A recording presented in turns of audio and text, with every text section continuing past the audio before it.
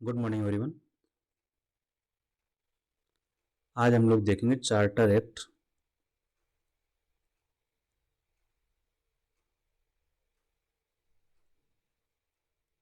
1853। इससे पहले हम लोग जो पढ़ चुके हैं, इसमें पढ़ के आ रहे हैं हम लोग संवैधानिक विकास पार्ट वन। पार्ट वन में क्या है, कंपनी रूल, जो हम लोग खत्म कर रहे हैं 1858 तक है। हम अपनी लास्ट फेज में खड़े हैं, ठीक है। 1773 से 1858 का हम लोग खत्म कर रहे हैं, लास्ट एपिसोड है। इससे पहले हम लोग पढ़ चुके हैं रेगुलेटिंग एक्ट, दूसरा इसका अमेंडिंग एक्ट जो हुआ था 1781 का, ये 73 का है, ये 1781 का है। इसके बाद आपका पिट्स इंडिया एक्ट आता है, ये भी हो चुका है 1784, जहां पर बीओसी बनाया गया था, बोर्ड ऑफ कंट्रोल, जो पूछा जाता है। इसके बाद हमने चार्टर पढ़े, चार्टर 20-20 साल के इंटरवल पर है, 1793। फिर चार्टर आया 1813 का। 1813 में क्या हुआ, कंपनी के व्यापारिक एकाधिकार खत्म हो गए, लेकिन चीन के साथ व्यापार पर बना रहा एकाधिकार और चाय के साथ व्यापार में बना रहा। इसके 20 साल बाद फिर आया 1833 का, जहां बंगाल के गवर्नर जनरल को भारत का गवर्नर जनरल बनाया गया। अब हम लोग 20 साल बाद फिर मिलते हैं 1853 में, हम लोग यहाँ पर हैं। और लास्ट तो चार्टर एक्ट 1853 के बारे में हम लोग देखेंगे। एक बात हमें अभी याद रखनी है, अभी भी हम लोग कंपनी की स्थिति क्या है, इसमें कंपनी अब व्यापारिक कंपनी है, निजी कंपनी है, अभी भी निजी कंपनी है। पहले व्यापार करती थी, लेकिन 33 में व्यापारिक काम खत्म हो गए, अब बन गई एडमिनिस्ट्रेटिव बॉडी, प्रशासनिक निकाय बन गई, सिर्फ शासन प्रशासन चलाएगी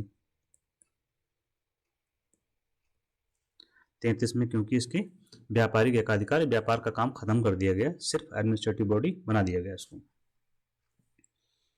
ठीक है। अब हम देखते हैं इसके जो मेन प्रावधान थे। वो चार्टर एक्ट जो 1853 का है, ये आखिरी चार्टर है, चार्टर की सीरीज का आखिरी चार्टर है,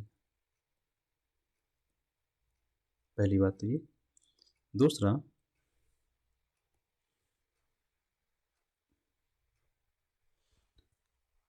पहली बार यहाँ पर क्या किया गया कि जो लेजिस्लेटिव और एग्जीक्यूटिव फंक्शंस थे गवर्नर जनरल के, उनको अलग अलग कर दिया गया। पहली बार 12 नहीं है, पहली बार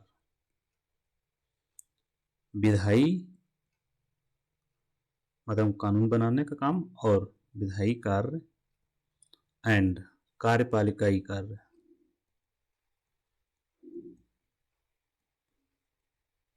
कार्यपालिका मतलब जो लागू करने का काम करता है, के कार्यों को अलग किया गया।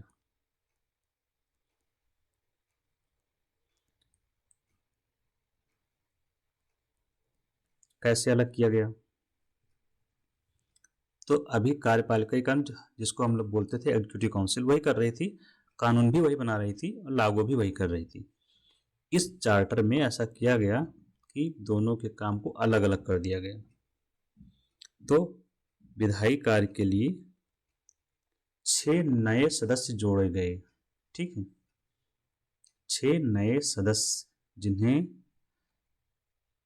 चलो लिखते हैं, पहले नए सदस्य जोड़े गए।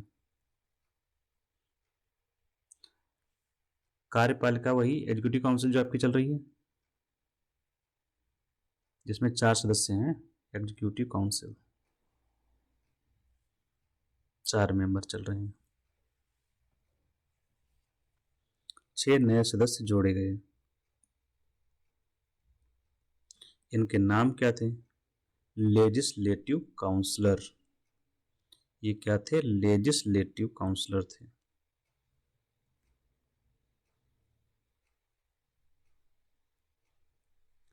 COUNCILLORS, विधायी विधायी पार्षद शायद बोला गया है काउंसिलर को।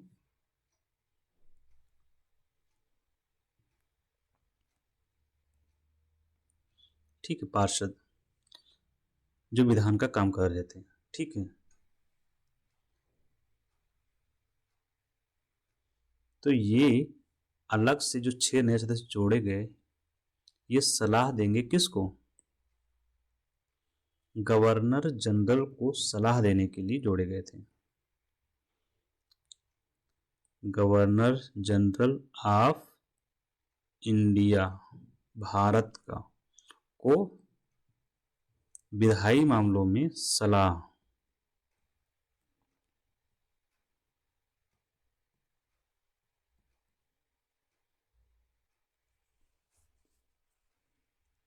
और ये जो लेजिस्लेटिव काउंसिल को मिलाकर एक बॉडी बनी, निकाय बना, उसी को बोला गया मिनी पार्लियामेंट।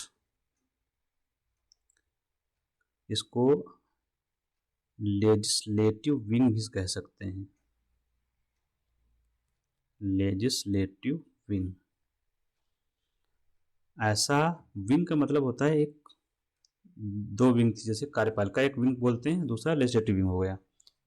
विंग का मतलब पंख नहीं है, यहाँ पर काम से अलगाव है, अलग काम। तो विधायी विंग, विधान बनाने का काम जो कर रहा है वो विधायी विंग हो गया।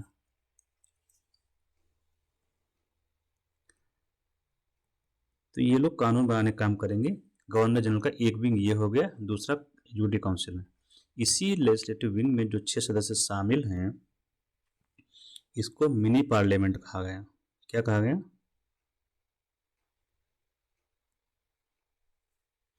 लेजिस्लेटिव विंग, इसको कहा गया मिनी पार्लियामेंट।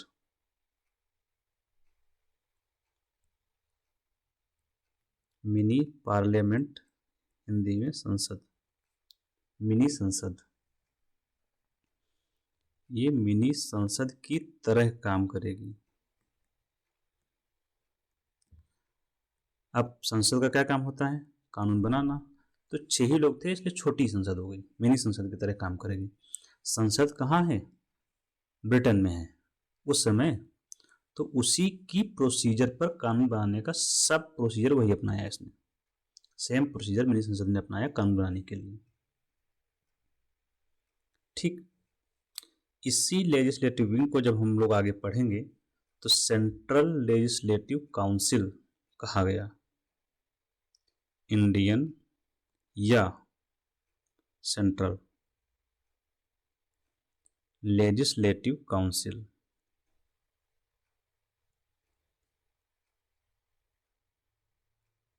कहा गया इसको।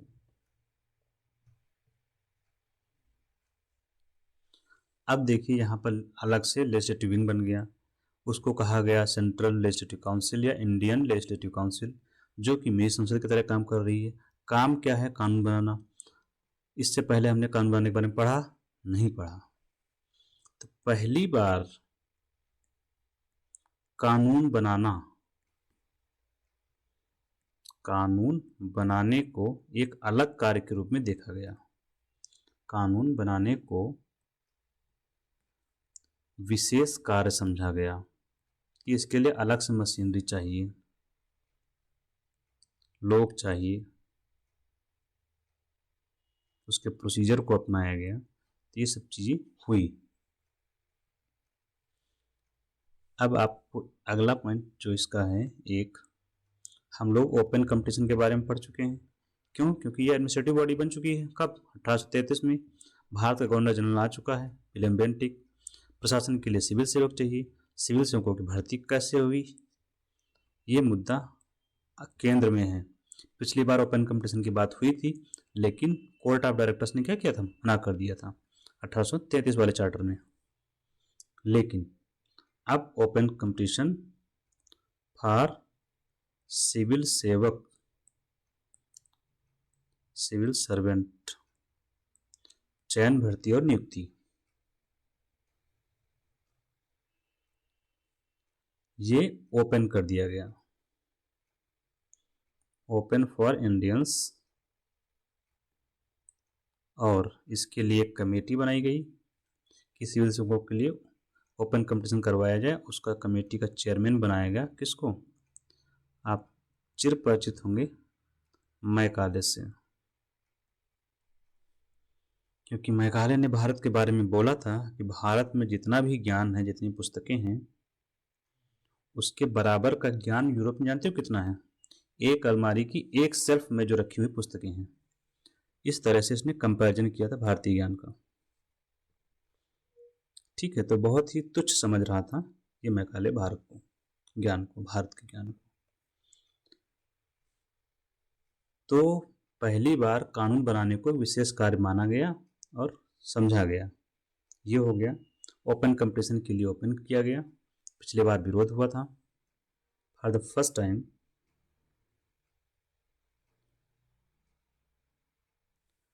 यहां पर एक बार और कंपनी का जो एक्सटेंशन था वो किया तो गया, टाइम नहीं बताया गया। कंपनी शासन का विस्तार, कंपनी शासन का विस्तार किया गया। हम लोग इस बार पढ़ चुके हैं, इससे पहले हर बार 20-20 साल का एक्सटेंशन मिल रहा है इसको। 93 में मिला, फिर 13 में हुआ, फिर 33 में हुआ, फिर 53 में हुआ। लेकिन यहां पर टाइम नहीं बताया गया, विस्तार किया गया बिना टाइम के। कब तक चलेगा पता नहीं, बस चलाते रहिए। इसका मतलब ये होता है लॉ की भाषा में जो समझेंगे कि हमारी जब तक मर्जी है तब तक चलेगा। हमारी मर्जी से मतलब पार्लियामेंट ब्रिटेन की जो मर्जी है उसकी, चार्टर तक तो वही बना रही है, जब तक उसकी मर्जी है तब तक चलेगा, जब चाहेंगे समाप्त कर देंगे। इसका हिडन मतलब ये था। नहीं तो टाइम बता देते कि 20 साल चलाना है, 40 साल चलाना है, ऐसा कुछ नहीं किया गया। एक और पॉइंट इसमें है, पहली बार लोकल रिप्रेजेंटेशन को इंट्रोड्यूस किया गया। कहां पर, अभी हम लोग जो पढ़ रहे थे, सेंट्रल लेजिस्लेटिव काउंसिल में, सेंट्रल लेजिस्लेटिव काउंसिल हम लोगों ने भी पढ़ा, जिसका काम था विधान बनाना। उसमें कितने मेंबर काउंसलर थे, 6। तो इसी में 6 में से 4 काउंसलर्स जो थे, इनकी नियुक्ति होनी थी प्रांतीय सरकारों द्वारा। तो ये लोकल रिप्रेजेंटेशन हो गया, नियुक्ति by local government. Local government या लोकल गवर्नमेंट से तात्पर्य जो राज्य की सरकार है, क्योंकि ये तो भाई केंद्र का चला रहे हैं ना पूरा, सारा कुछ कानून तो यहीं से बन रहा है। प्रोविंशियल गवर्नमेंट 4 काउंसलर की नियुक्ति कर सकती थी। अब ये लोकल गवर्नमेंट कौन थी, वही आपकी प्रेसिडेंसी, बॉम्बे, मद्रास, MADRAS, ठीक, आगरा और बंगाल। तो ये हो गया लोकल रिप्रेजेंटेशन, पहली बार इंट्रोड्यूस हुआ। पहली बार स्थानीय प्रतिनिधित्व को मान्यता दी गई, पहली बार स्थानीय प्रतिनिधित्व।